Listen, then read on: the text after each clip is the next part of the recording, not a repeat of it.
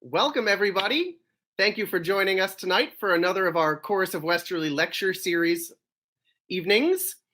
I'd like to take a second to thank specifically the Rhode Island State Council on the Arts and the Blue Mitten Thrift Shop for supporting us in everything that we do here at the Chorus of Westerly and all of these online offerings that you've been watching over the past year.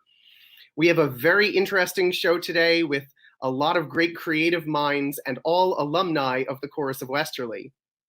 Our goal this evening is to take a look at the creative process with a group of composer improvisers and to attempt to pull the curtain back on what can at first glance look like just a magical ability given to the chosen few.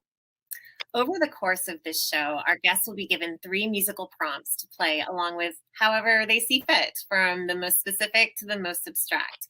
They will be given an existing melody, then a chord progression, and finally a picture.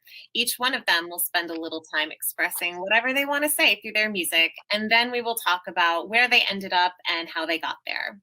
Our distinguished guests today are Peter Needman, Mike Chicoria, John Tafone, and Michael Genese.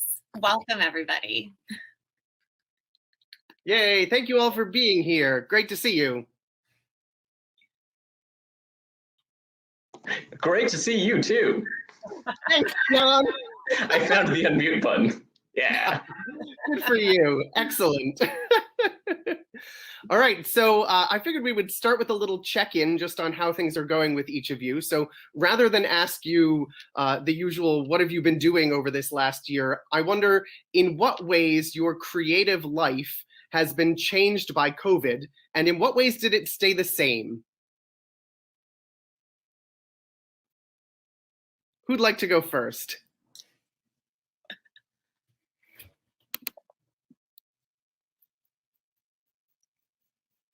Okay. I can. Oh. Andrew, Go ahead. Okay. So when that whole lockdown thing started, there was a lot of downtime. So I found myself coming over to the church and composing because the choirs stopped and meetings stopped and everything stopped. So early on, I had, open schedule to write a lot of music because there weren't any distractions. Then when the choirs started reappearing in the fall, I found that a distraction from composing because everything had to be done in a new way. So there was a nice chunk of open time, and then very little time now is because it's so distracting to figure out how to make things work at the church. Yeah, absolutely. How about the rest of you? Anything change or just nothing? Life just kept going the way it was?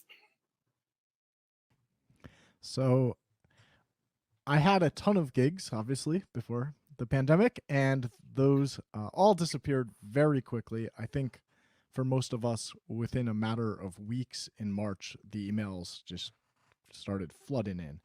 And there's a lot of uncertainty throughout the year where these dates of when we may come back kept getting pushed off. And I know everyone here has experienced that. So that was a big change. And the other big change for everyone, as Peter mentioned, is figuring out how to make the technical side of this work. Because where I've done a lot of live sound stuff, I was a little bit new to making it all stream right. And so that was interesting. I know some of you teach as well, and that was very interesting, listening to kids play through an iPhone where you can't see their hands sometimes. But like Peter, I've had a lot of time to continue my personal music pursuits, and I doubled the amount of classes I was taking because why not? So nice. And at this point now, you've turned around so that you've actually helped most of your professors with their tech side of things, haven't you? I have, and the chorus has quite a bit of my equipment there as well. Yes, you've helped me as well. Thank you for that. You're welcome. John or Michael? Yeah, I can go. So yeah, at the beginning of everything, I was like, well, this is such a rare amount of time. I'm never going to have this much time ever in my entire life. So I tried to finish up every single project that I was working on in those initial 2 weeks, which was immediately followed by more time, where I suddenly didn't have anything I was working on. Yeah, I started kind of randomly generating new projects because that's one of the fun things about being a composer is you can always just like make more work for yourself. So coming up with new things, and sort of my like personal artistic journey over like lockdown, COVID, and everything has been realizing that all of the time that I spent trying to get myself to write during work hours was immediately gone, and now I was again writing at like 2 o'clock in the morning all the time. So yeah, learning. Your own internal clock.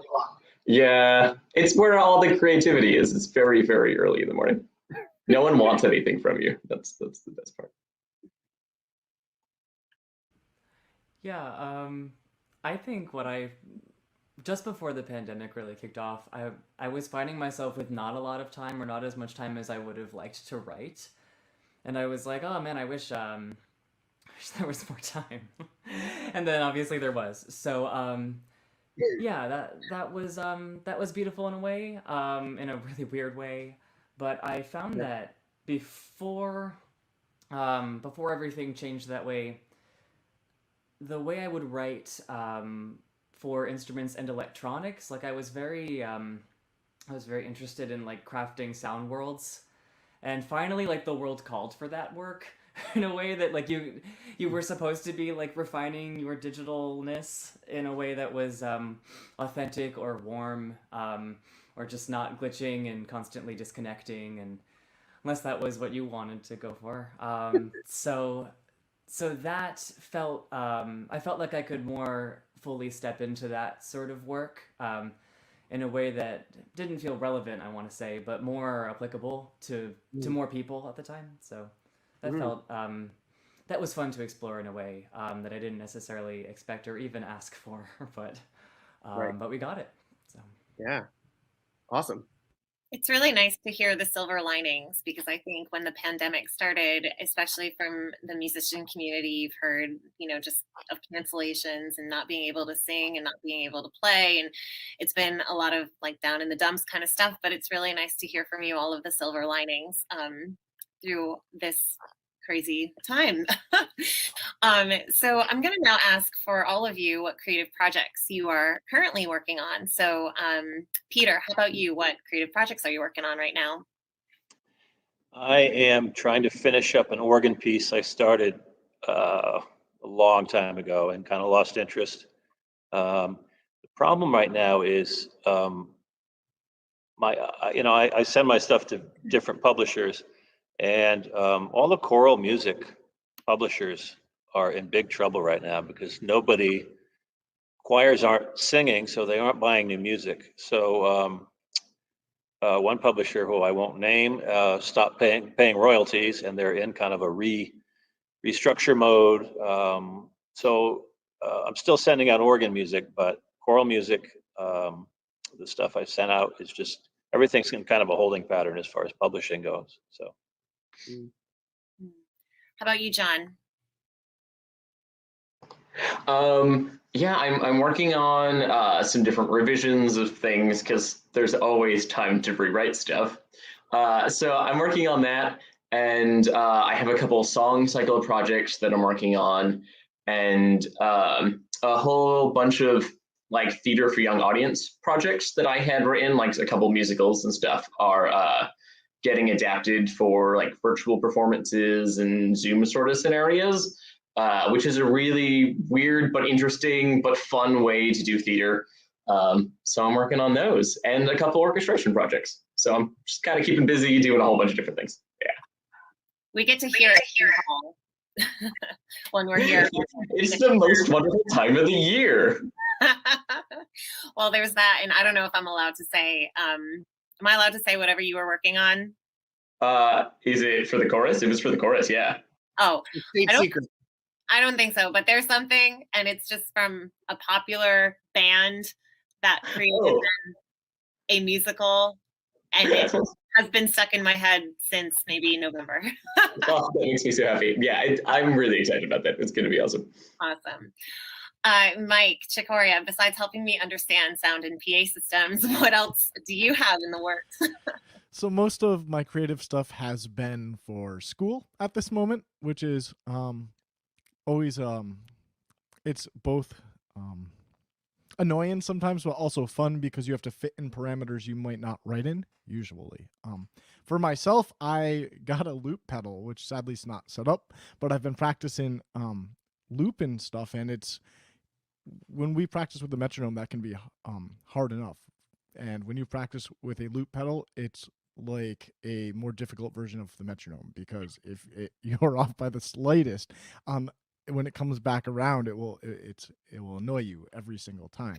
So the good news is that it's certainly helped, like a metronome does, keep you in time, and it allows you to build really neat layers. So I've gotten really good at like being my own backing band, so to speak. But Nice. Michael, Genese, how about you? It's amazing. Yeah, speaking of looping, this semester I think the main like notated piece I've been working on, it's for non-vocal instruments, and then also in the background on tape there is looped choir. I took this like big improvisation from a choir and like took little cross sections from it and just looped those over and over.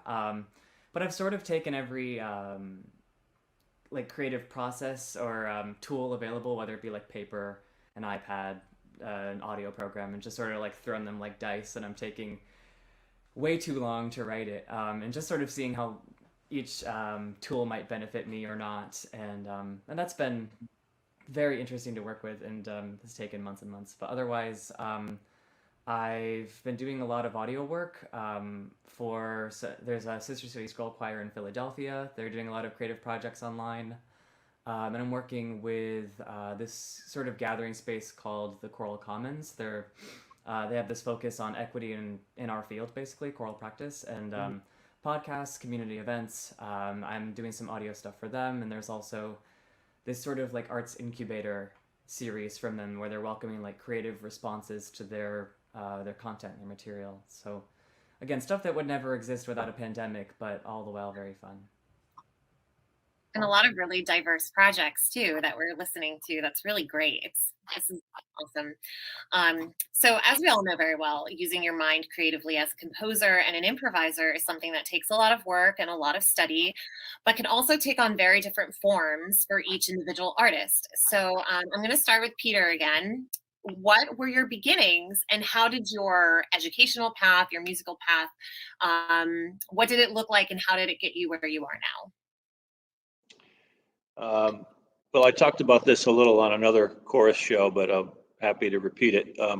I've always had kind of a dual track as a musician in pop music, playing in bands, and classical music, piano and organ and choral. So in pop music and playing, solo gigs, there's a lot of improvisation and, doing things by ear and stuff. So that gave me a fluency and a comfort with improv that I would then use when I was playing classical or playing in church or so on. So then it kind of morphed into composition, which is kind of taking things that you improvise and refining them and writing them down. And so that's kind of the short story of my composition life. I never really studied composition with a teacher per se. Self-taught, studied, all the music that I love, and I've kind of found my own path that way. Great. John, your turn. Cool. Yeah, I when I first started playing piano, one of the things I really liked doing was not playing other people's music, which, probably not the best when you're like first starting out. I mean, obviously you want to work on playing other people's music, but it was a fun thing to do instead. So I began like writing my own music, doing improvisations and things like that, which I continue doing for a long time. I feel like there's a lot of time to fill when you're playing the piano, if it's at an event or something. So improvisation is a big help there. Also at church services, who knows how long that post-communion meditation is going to go on for. So you find yourself just like filling time. Then I went to school for composition. I did a focus in stage music.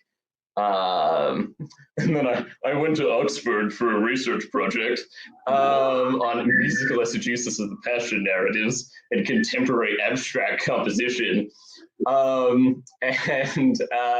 Yeah, I just kind of fused all of those things together. I love improvising. It's a great way to just kind of stick ideas out there. And sometimes when you're writing a project, you just don't have the time to do like proper composition. So improvisation is a great way to like get ideas out. Great. Yeah. Mike Chicoria, tell us about your path. So it mostly started as a 3 or 4 year old watching the Summer Pops. And I was like, this is cool. There's cannons, actually probably very frightened. I don't know. But I remember that I wanted to be on that stage. And so I ended up in the chorus, where I was equally and still impressed by how Mr. Kent could conduct an entire choir and play piano better than most people I know at the same exact time. I was like, this is ridiculous, and I want to do that. I got into piano lessons. On and off, I quit them for various reasons that kids do, but I always played at home. And I'm back in school now for a music education degree. But like most musicians, whether you stop officially taking lessons, you're always learning when you're at your instrument. And when people ask what you do in music, well, we do everything, because we take every avenue that will help us get paid and make us better musicians. So when this happened, I went from being a musician who helped with live sound to helping people digitally, and that was a little bit of improv myself. I just happened to have the equipment and hoped it worked, and so here we are. Yeah. Okay, and Michael, tell us about your journey. Yeah, I love other Michael that you also brought up Summer Pops, because my first musical experience was the Chorus' spring concert, 2004, I think, of Verdi Requiem, and that was the first music thing I did, and I look back on that and I'm like, like, what is that even? Like, how was that first? But that's how it went. So, but at the Summer Pops that followed, that was the first time I saw someone play the violin, and I was like, oh my goodness, I need to do that. So, of course, besides the orchestra, but solo violin, I mean. So, yeah, I grew up doing both those things. Eventually, was similarly, pushed out of it. Took some indie music, alternative avenues, guitar and piano classes. Then went to school for music education and vocal performance. Taught elementary music for 3 or 4 years. Absolutely loved it. Now I'm about to finish a master's in composition. So yeah, all over. Like, I mean, yeah, we literally do. We do what will get us paid. We do it. Whatever we're doing leads us to, and it's the non-linearness of all of us, I think, right now is really lovely, and just also sort of aptly bizarre. All right, awesome, fantastic, great to know a little bit of your journeys before we get into this. Now let's dive into some music making.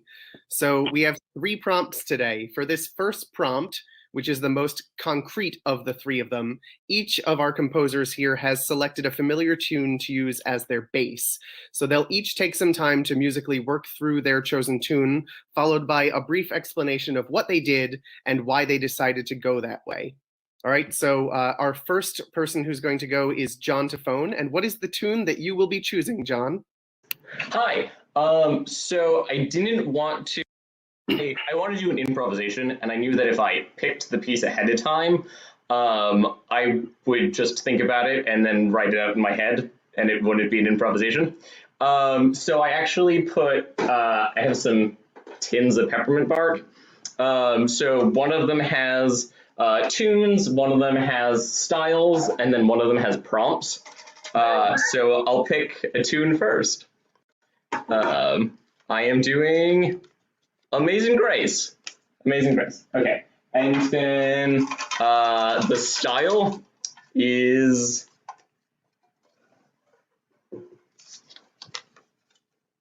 contemporary musical theater.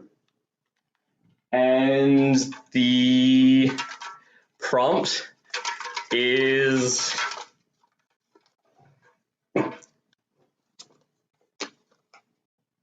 Brent, age 19, tells his dad he doesn't want to join the family dental business. Okay, so I have Amazing Grace as a contemporary musical theater song, and the situation is Brent, 19, tells his dad he doesn't want to join the family dental business. Okay.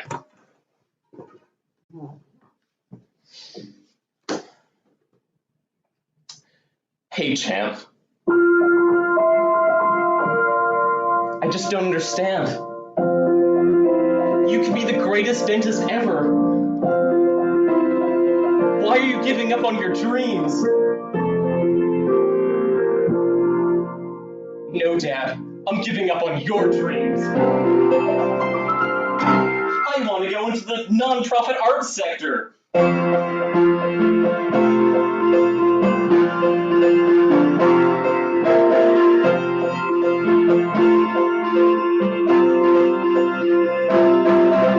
He leaves the house.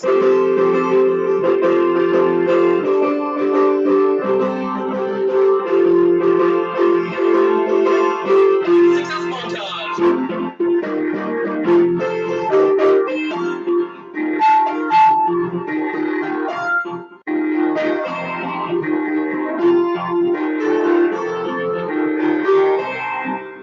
Something's not right.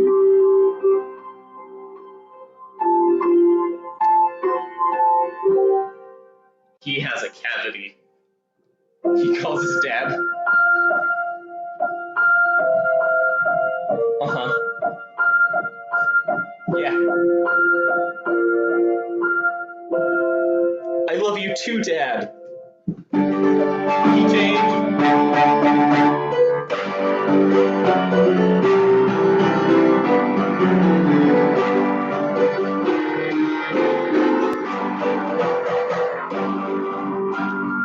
Yeah. That's my improvisation. Amazing. Oh my God, I'm dead, John. That was amazing. Thank you. Oh my God. He has a cavity. I love you too, Dad. Oh, good Lord. That was awesome. Okay. So, I mean, that was pretty self-evident, but I think maybe you want to tell us a little bit about what that was? Yeah. I mean, musical theater, conflict drives the plot, right? So I knew that I wanted to set up some sort of conflict. Obviously, Brent, age 19, doesn't want to go into the family dental business. So I knew off the bat that I needed a reason that he didn't want to be doing it anymore. So nonprofit arts, I think, is what he said he wanted to do. So I took Amazing Grace, dun, dun, dun, and I sort of made that like the continuous thing. So I knew that I wanted like some dialogue. So like sweet the sound, rich like me. So like using that underneath the dialogue. And then I shifted registers to indicate the son's bit as he was leaving, just kind of some filling. And then for the success montage, we went to Mixolydian, just because that kind of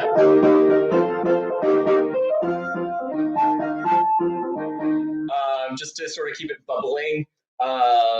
And like musical theater and stuff, like underlying rhythm really helps to keep the thing from like dying on the vine. So you want to keep moving. Then I just pared it down when he got a cavity and called his dad. Whole step modulation at the end because it's a musical. And his dad still loves him. Yeah. And then I think I ended it with just a little like homage to the success thing to be like, it's still successful. Yeah, that's what I did. I think that's what I did. Awesome. Thank you so much. Well done. All right. Michael Genese, you're up next. What tune will you be doing? I just think we should close the show. I think we're good. Like, that's all we needed. But I'll be doing Twinkle Twinkle Little Star, and so different from what we just saw. I since I teach violin too, I was so like, oh my goodness, what am I going to do with this? So I wrote it all out. So let's listen to what I did.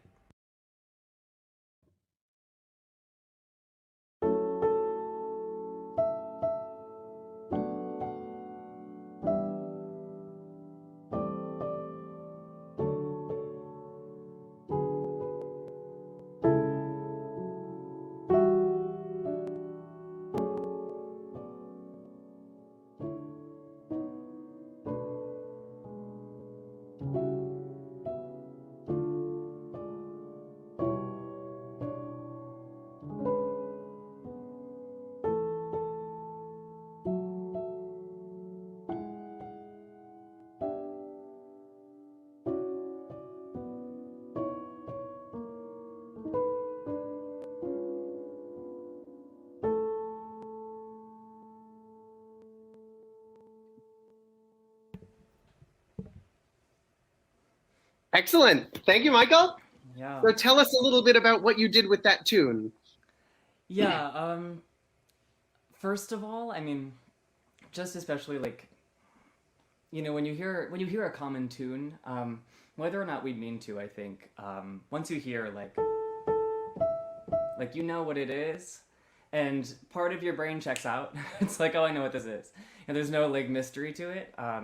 So like right off the bat, I just changed the rhythm instead of like 2 even eighths, just to like dust off whatever that does to our head, to hear the normal thing.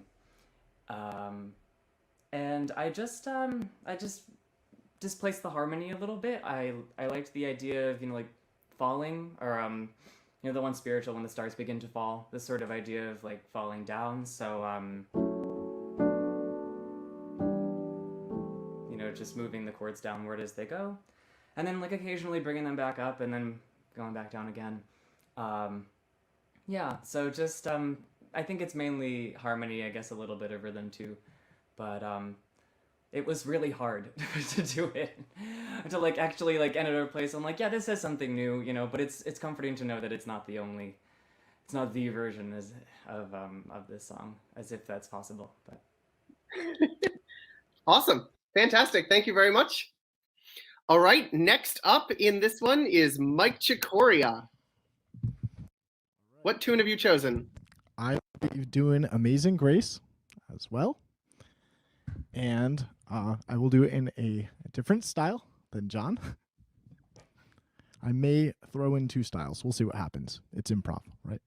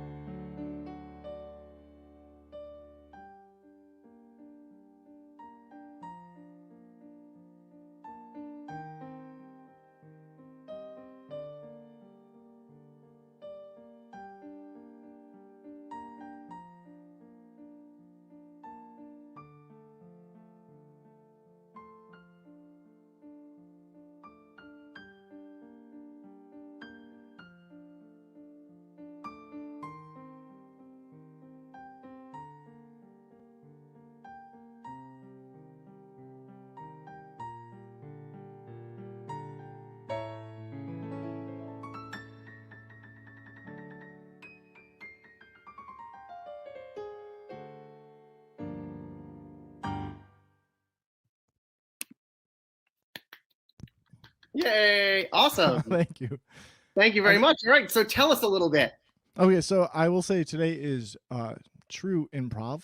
I did not have time to think about this too much beforehand, and I thought, well, why overthink it? It's improv. So the first was obviously in a Southern gospel style, and I grew up in churches that had more traditional classical type music. I grew up in the Catholic church, and of course I sang with the chorus as well, which did a lot of classical musical literature. And I remember the first time that I heard religious music done in a different style, I was like, holy cow. Like, I would go to church every day because it sounded a lot like the music that I went out to see outside of church. And I was like, oh, this is awesome. And so I really fell in love with that style, and I love playing that style in that type of bluesy Americana mashup gospel. I hate using the word gospel sometimes because it encompasses so much, right? Gospel is not necessarily a musical genre. It's like a lot of the literature, because you can say gospel and mean the classical music as well. And then I went into more of a classical style with minor. I made it in minor, kind of like a reharmonization. And I always thought it was beautiful to do that as well. If I had chosen Twinkle, Twinkle, that's what I was going to do. I was going to bring it into a minor reharmonization. Fantastic. Thank you, Michael. Thanks for sharing that with us. All right, Peter, what tune will you be doing? So I am doing the ever popular Amazing Grace. I'm not going to improvise this one because I wrote a piece that is sort of a series of improvisations, a partita, 7 variations on the tune. And I thought, well, if I try to improvise it, I'm gonna keep being steered back towards those ideas. So this is a piece I wrote many years ago. It got published about 5 years ago, and I'm just going to play snippets of the beginning of each variation so you can get flavor, and then at the end I can explain what I did. You can hear the whole thing on my website if you choose to, the unedited version. So.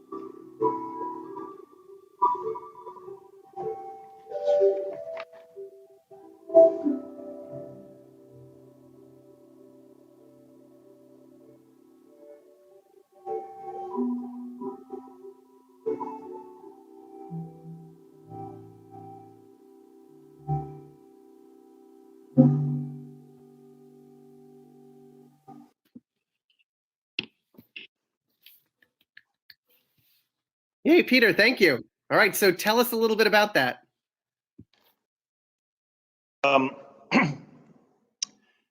As you could hear, a lot of it, the tune is in 3/4, but I, like one of the other composers, remetered it, put it into 4/4 to change your take on it, so you don't hear it the same way. So it starts very simply with a duo, just a clarinet and a flute, because I wanted to start and then have something to build towards. The second one was a trio texture. The melody was down in the bass with an oboe stop, and a lot more chromatic than the first one, which is pretty diatonic and scalar. The third one was that very fast thing with like an ostinato going in the left hand and a trumpet stop in the right. That was just for kind of a frenzied, joyful quality. The fourth movement was called Floating. That was with the string celeste sounds, a lot of ninths and elevenths and extensions. It's kind of a time stopping kind of a feeling after that frenetic thing to kind of pull it back. Then I had that kind of spiky fifth variation, also in a 4/4, with a lot of staccato accompaniment underneath, just another take on it to give it a lot of rhythm and a lot of take it away from the hymn book and get it into something different. Then the last movement, or the next to last movement, is called Dreaming. That's that kind of oscillating, and then a little chord kind of builds up under that, and then the melody kind of floats above the whole thing.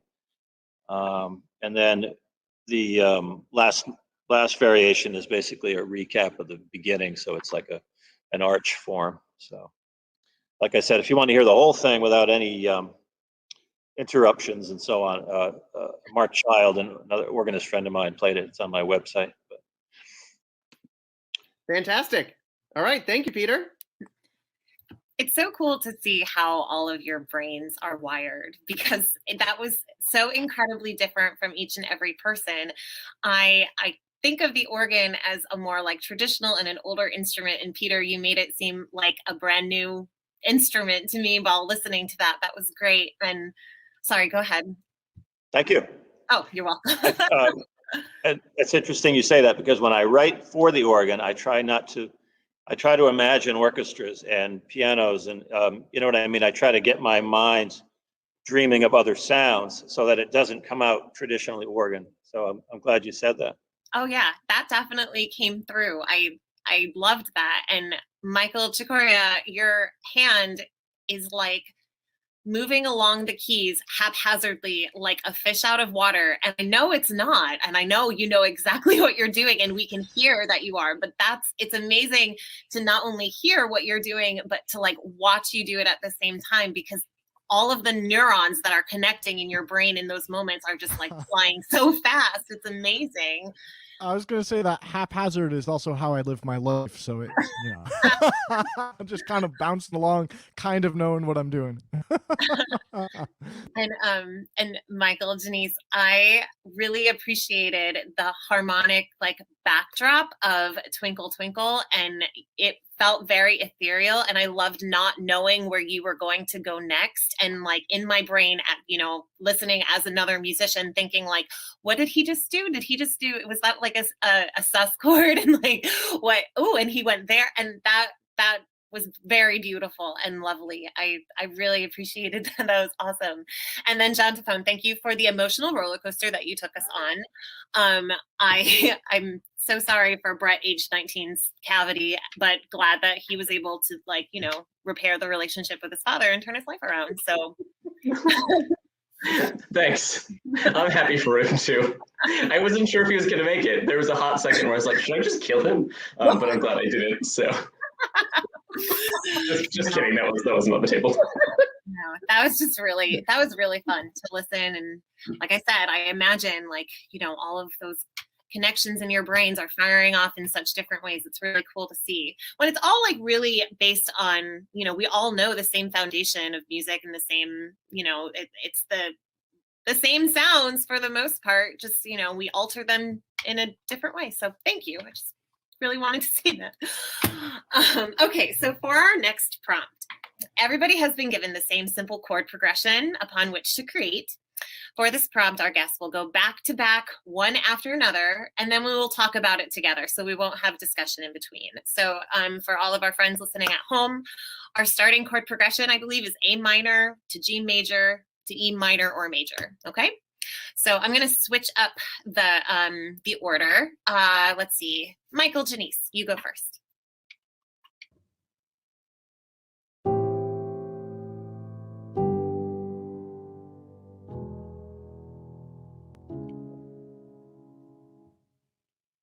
Ooh, very nice. Thank you. Okay, John, your turn.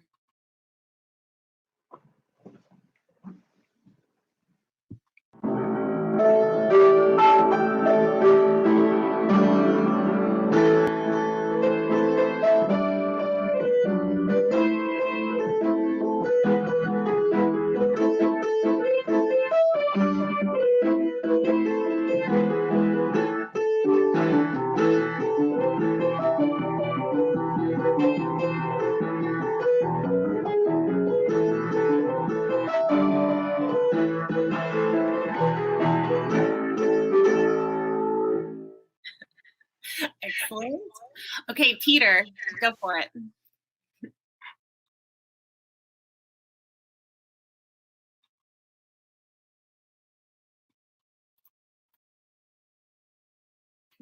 Peter, you're still muted right now.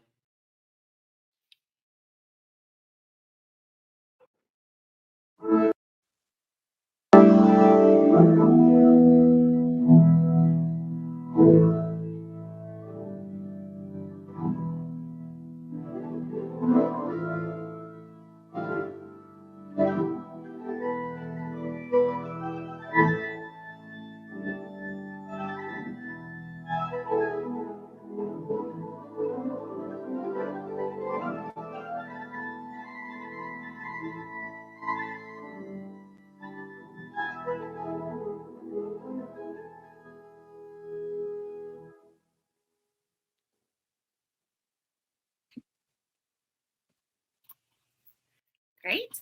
Okay, Mike Chicoria, you're next.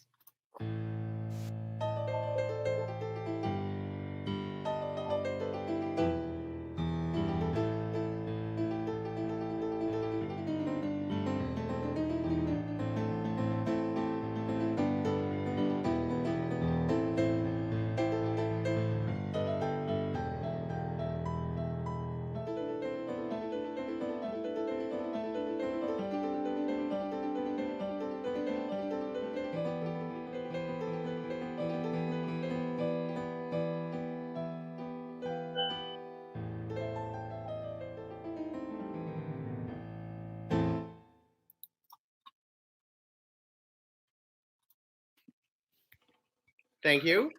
So I know the 3-chord weird vague progression is a little bit limiting perhaps in what you were able to do with it. And I know that in conversations I had with at least one of you, you're like, I want more chords to go along with that. So just What give are us we, Green Day? Sorry. Exactly. Give us a little bit of a take on what you kind of went into saying, all right, this is my limitations and what can I do with that? Anyone who wants to go.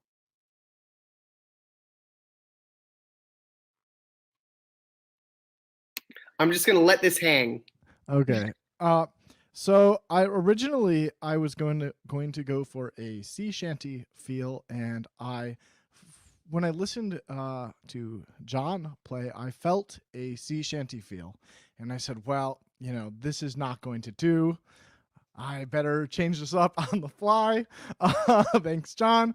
And so I went. I did what musicians kind of tend to do, and I fell into the trap of playing something that I'm comfortable with, which doesn't mean it's wrong or bad, right? It just means that that's our tendency sometimes. And so it was a little bit of a rock and roll / blues feel. And then at the end, I threw it into the exercise that Henry is working on to show that you can put that into any movement of chords, which is like just the little, that piece. Awesome. It's funny that you mentioned that you were like, oh, I didn't do sea shanty because that was the vibe I was getting from you. Because when I first saw the chord progression, I was like, oh, it's like a Latin chord progression sort of thing, right? Like it's got that like, and I was so convinced you were going to do that, so I was like, ooh, I should go like early music. Because I was like the A minor to the G major, like that parallel fifth motion. I was like, I should just lean into that, and then save the 5 for special occasions. So that's what I ended up doing with that. Was like going, fake, old. Yeah, I don't know. Just funny journey. Yeah.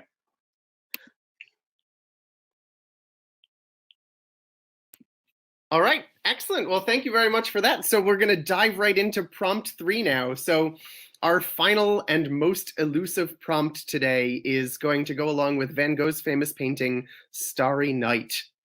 And Ben, I think while each of them is playing, if you want to keep that up so we can fully take in the picture and the musical response that we're getting, we're going to now ask our composers to take a non-musical input and create a story or a feeling, emotion, vibe upon which to create something musical. So after each of you perform, would you tell us what you are expressing in this music and what means did you use to express that emotion or tell the story that you had in your head? All right, so we're going to start with Peter Needman on this one. And Peter, you're going to unmute yourself first.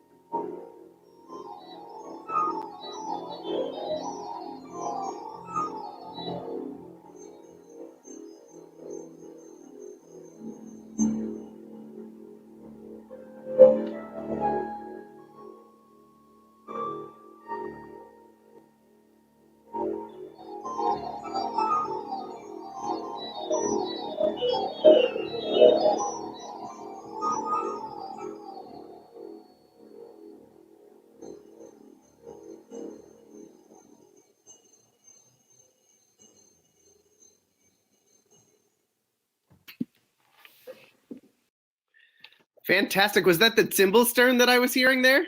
Yes. All right. Which is a bunch of bells on a circle that spins around and goes tinkle, tinkle, tinkle, tinkle. So what was going through your head? What were you showing us in that?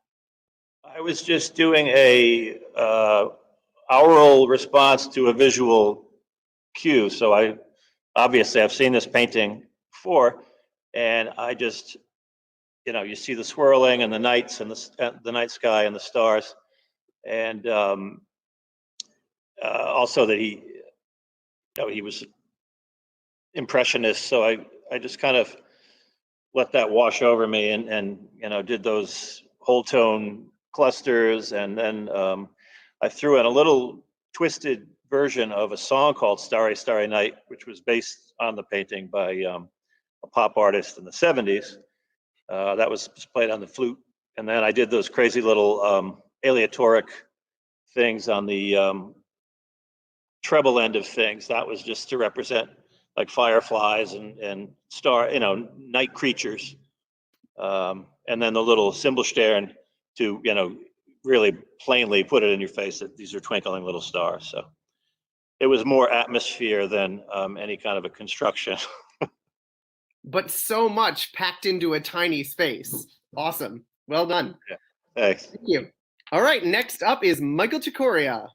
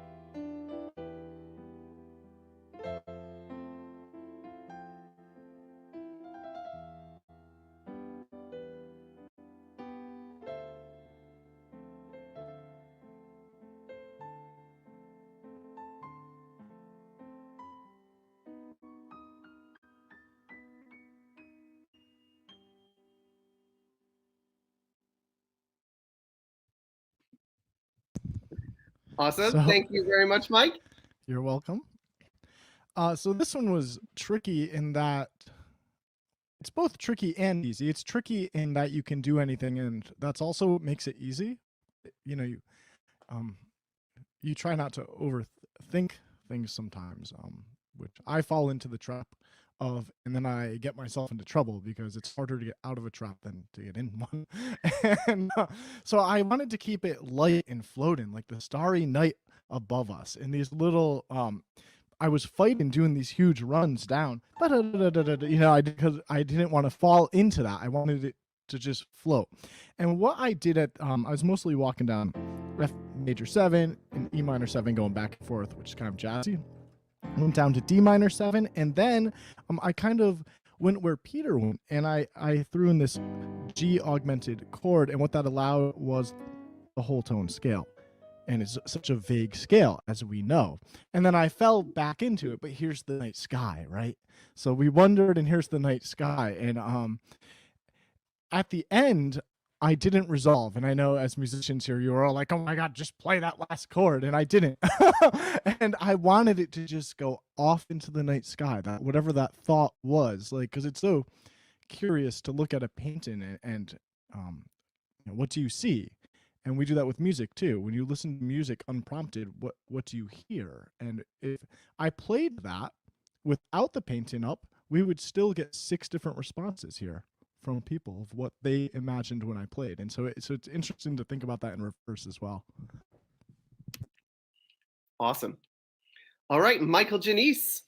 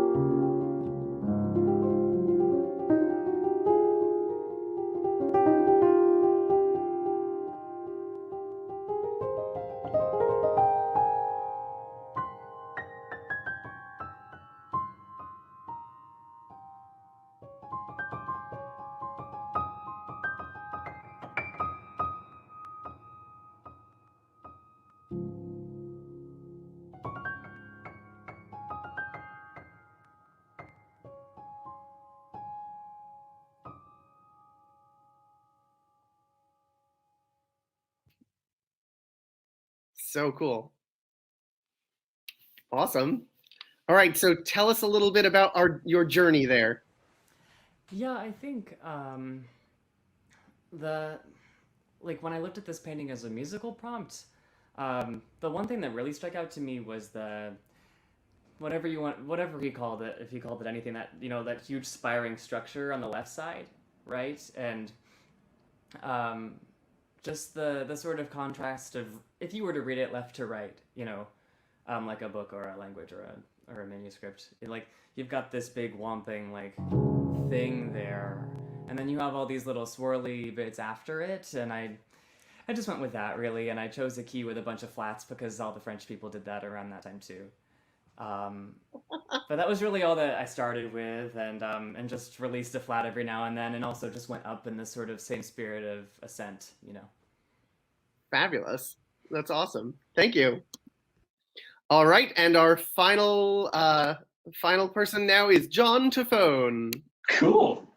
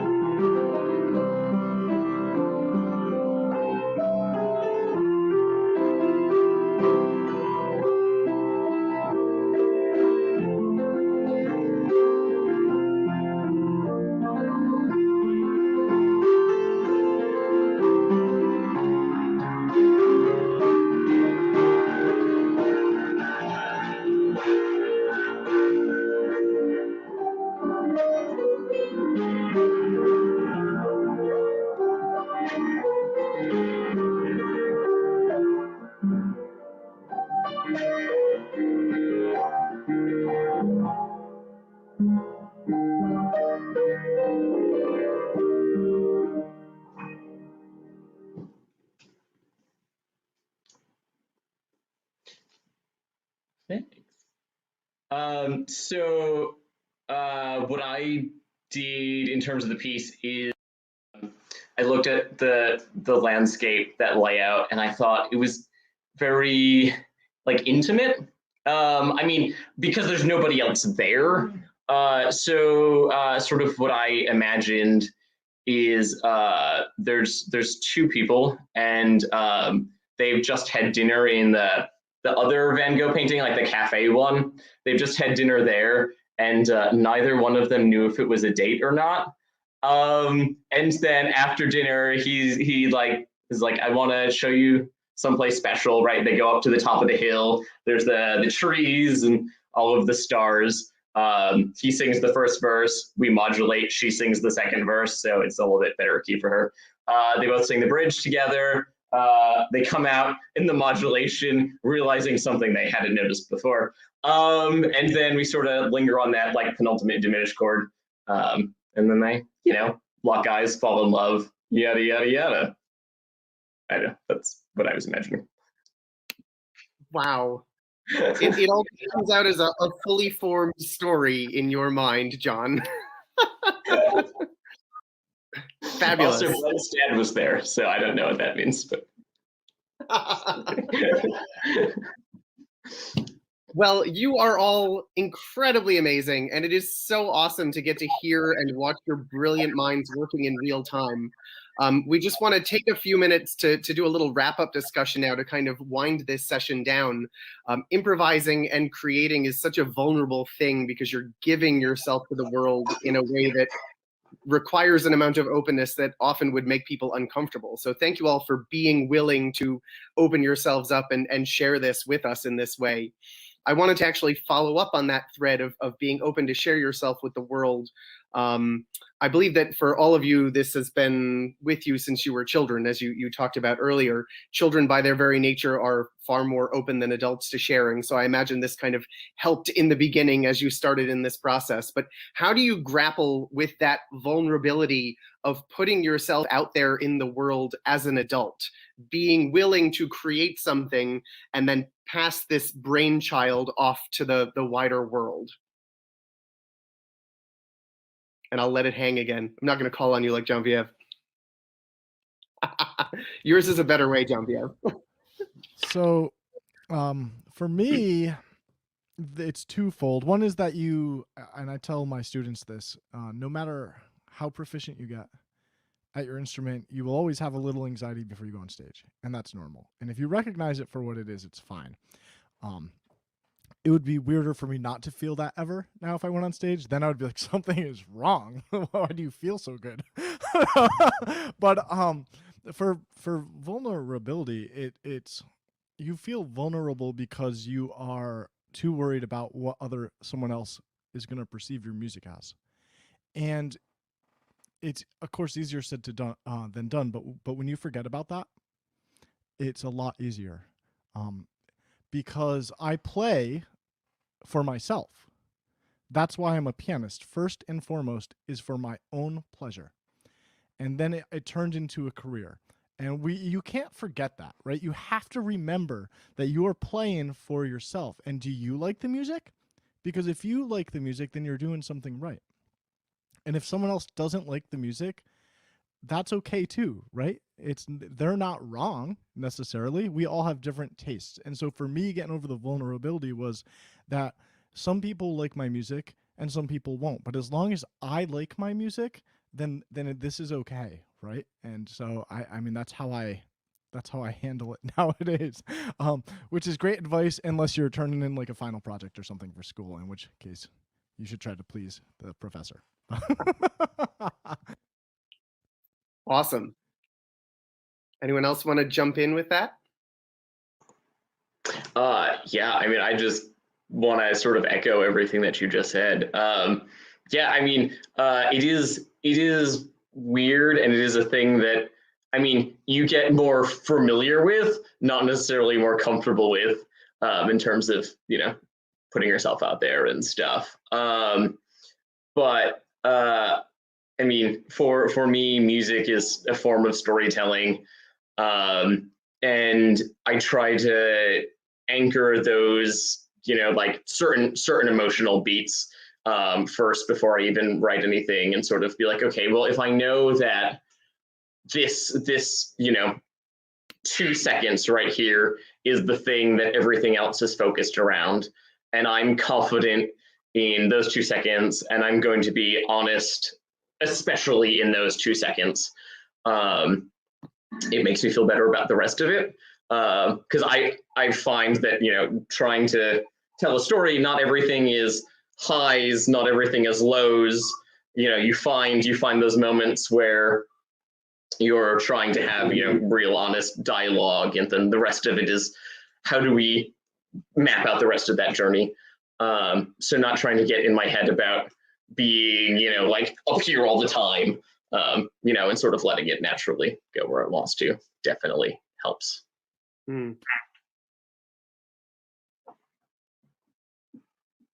Michael or Peter, you got anything?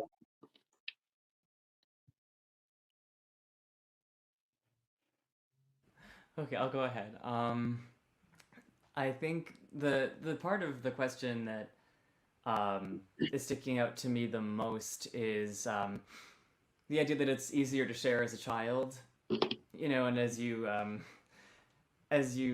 grow older, it's I think either you're more mindful of your sharing, or like you're sharing in the context of people who don't want to share, or just your understanding of the systems and functions of culture and society, that might shame vulnerability, or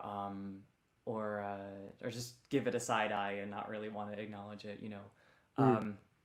But yeah, vulnerability is obviously like it's what we all love about art. So I think that first of all is a comfort. But in regards to vulnerability, there's this quote from a poem I set actually that always gets in my head when I hear that word. And the line is, "There is no vulnerability, only what protrudes."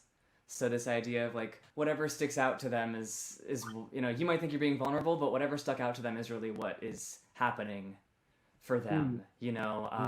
So that makes me feel like great, whatever, I can just be vulnerable, and it's not even going to come across the way I think I'm expressing myself. So like whatever protrudes, like, so I'd rather with that frame of mind, I think like, well, I might as well just do this thing, because whatever I think I'm doing is not at all what they might think. So that's what comes to mind. Isn't that so often the case? You feel self-conscious about something and realize that no one even noticed that one thing that you were so worried about.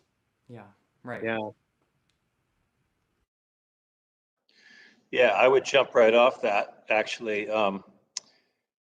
When you are performing or improvising, either performing a written piece or improvising, your mind is going a mile a minute. You're thinking about the fingering, and I've got this next thing, I always mess this up. But the audience isn't aware of any of that. They're only hearing what's coming out of the music that you're creating. So all that static in your brain, all that process is invisible. You're kind of like a magician in that you're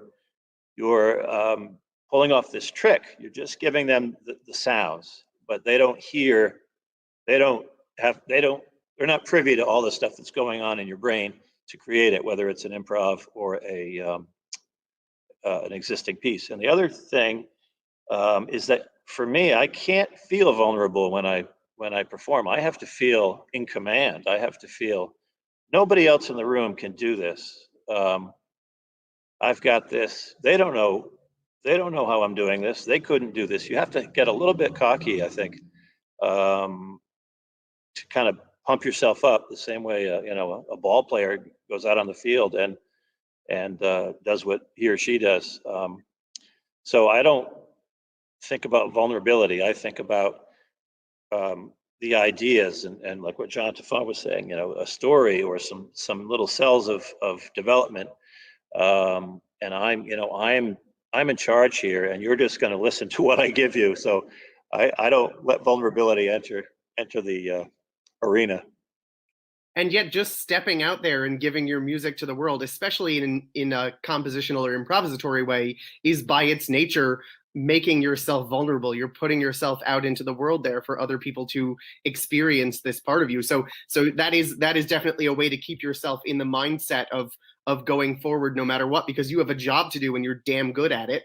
Right. But it is a vulnerability just in its nature. Right. It's you are vulnerable, but you're not wilting and withering in the process. You are putting yourself out there. I mean, I think of dancers too. I played for dancers for years. Just they are giving their bodies, as the art form. That's like the ultimate. Like, you will love what I'm doing now, shaping my body this way and moving this way. So yeah, it is vulnerable, but I don't like that word in the sense of it's kind of like a passive, kind of like they're winning over me. Yeah. And yet there is a lot of strength in that vulnerability, because if we're not willing to put ourselves out there and be creative in that way, whether you label it something different, I think it is, Michael, I think you said this, it is kind of what we do as artists, right? Like, that vulnerability is a huge part of that creative process, and giving ourselves away in little chunks to the world. Awesome. Well, thank you all very much. Yeah, John. Oh, and I was going to add to that too. I mean, there is the composer that sits in a dark room by themselves and does things, and then but composers don't just exist in that room the entirety of their lives. I would say one of the things that also impacts me is other people, and being yeah. Michael Genese just put "they don't" in the chat. There are other people in my life, and usually if I'm going to perform something or writing something before I send it out into the world, I'll play it for people whose opinions I trust first. And if they're yeah, then usually that's enough to help me, jump off the cliff and send it out into the world. So shout out to other people in my life. People. And now I believe Andrew is going to play all the prompts. Ooh, I have Next show. We can draw some for Andrew. I am just listening to this talk about vulnerability, and I think all of us, or if not most of us, are all educators too. We teach children and other adults to be musicians, and a lot of times we are teaching that part, whether it's your coping mechanism or what, when you're feeling vulnerable, how to move beyond that so that you can do your job as a musician. The other side too is teaching our adults, our students, our children to be I guess now I'm missing the word, but maybe respectful of someone's vulnerability, or to look at the music in a way where we're not looking at it for their vulnerability, but looking at it for what it is. So for instance, when I used to teach middle school, and every time the Grammys came, we would critique the performances, but we would have to talk about what is good about this and what didn't work out for this. And that could have been anything from the sound to, what was it that made it good, and what was it that made it something that could use improvement. And then some kids, they might say, I just hated it. That was terrible. That they sound so awful. And it's kind of well, get up there and show us your perfection. What is it that you don't like about it? It's not the artist themselves. It's not their experiences. There's something else in there that we have to look at the whole piece of music and the whole performance. So it's, we do a lot of work teaching ourselves and teaching our students to be okay with being vulnerable. We also, should teach people to be okay with receiving vulnerability from other people. I don't know, I just think about that. And I definitely have to do the same thing that you said, Peter. When I get on stage, I have to think what brought me here? I'm here for a reason. I was chosen for this. This is why I do this. I'm trained, it's kind of I definitely understood that. All right, so just to end our time together, and I won't call on you individually, but is there any advice you would like to give young people just starting out on their path as a creative musician, or any tips, words of wisdom? We kind of heard a few already, but just any last tidbits you want to share? I would say that no matter what, just keep playing. Whether it's officially with lessons or if it's for yourself in your room with headphones on, if you keep playing your instrument or singing, whatever, which is of course an instrument itself, the voice, you will get better.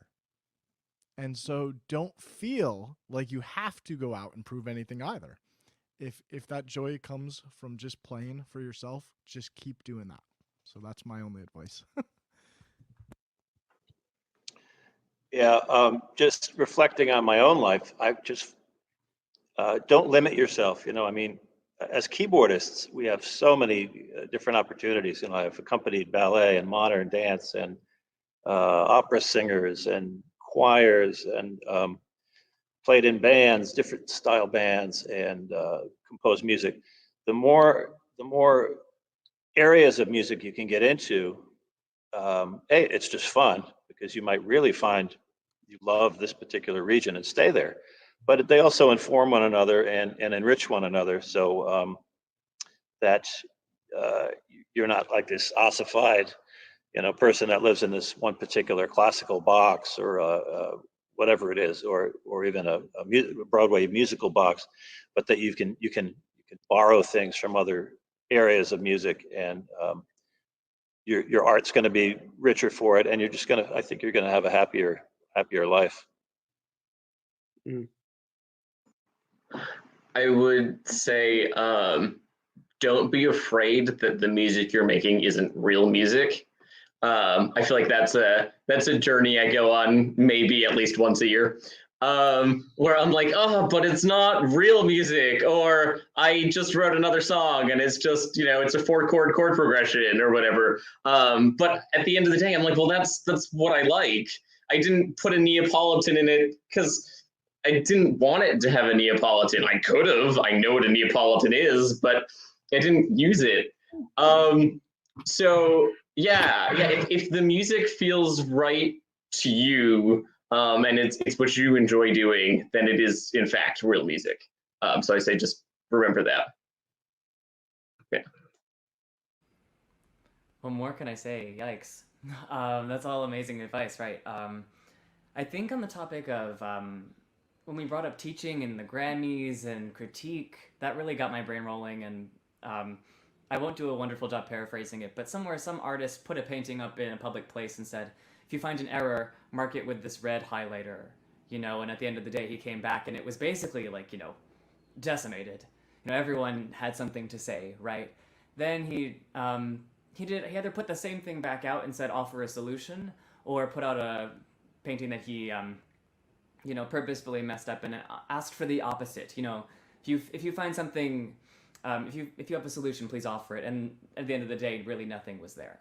So knowing that culture of not that we're not born with that culture, we've inherited it, but the people will always have something to say, but it will often not be constructive. And that doesn't mean that what they're saying should be ignored. Of course, we want like a sense of community in our music making, but don't think you're finally going to get to a day where everyone here likes your music, or that's not the point. It's really not the point at all. Abolish genre. You don't need a genre to make music. Just do what you want to do because you ultimately make the world you live in. Wow. Well, this has been really amazing. Thank you all for being with us. Thank you for sharing your music. Thank you for sharing your thoughts and your advice and being vulnerable with us and taking this journey today. This has really been amazing. So thank you, Peter Needman. Thank you, Michael Genese. Thank you, John Tafone. Thank you, Michael Chicoria. And thank you for co-hosting Genevieve. And thank you to everybody out there for watching this. And we hope to see you again soon. Have a great night. Thank you. Bye.